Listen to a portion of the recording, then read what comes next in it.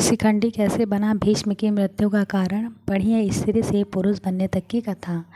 महर्षि वेदव्यास द्वारा रचित महाभारत में कौरवों और पांडवों के बीच हुए संघर्ष का वर्णन मिलता है। महाभारत के युद्ध इतिहास के सबसे भीषण युद्धों में से एक माना जाता है। शिखंडी भी महाभारत का एक पात्र रहा है जो पिछले जन्म में एक स्त्री था। उसकी स्त्री से पुरुष बनने की कथा बड़ी रोचक है। चलिए पढ़ते हैं शिखंडी के पूर्व जन्म की कथा। पिछले जन्म में कौन था शिखंडी? महाभारत की कथा के अनुसार एक बार काशी नरेश की 3 पुत्रियां अम्बा, अंबिका और अम्बालिका का स्वयंवर हुआ, जिसमें राजकुमार शाल्व को चुना गया।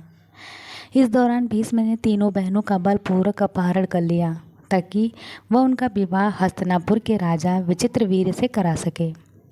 लेकिन अम्बा ने भीष्म को बताया कि वह शाल्व को अपना वर मान चुकी थी और भीष्म ने उन्हें राजा शाल्व के पास जाने की अनुमति दे दी।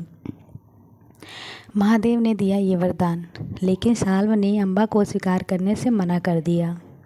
इसके बाद अम्बा खुद को बहुत अपमानित और असहाय महसूस करने लगी।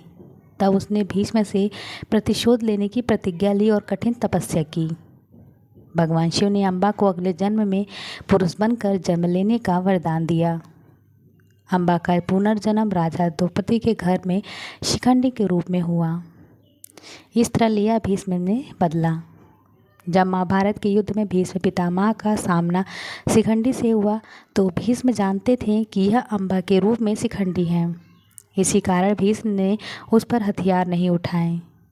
इसी का लाभ उठाते हुए अर्जुन ने शिखंडी को अपने ढाल बनाया और भीष्म पिता पर बाणों की बौछार कर दी। भीष्म की इच्छा मृत्यु का वरदान प्राप्त था, इसलिए अर्जुन को बाणों की सैया पर लेटने के बाद भी उन्होंने अपने प्राण त्याग नहीं किए।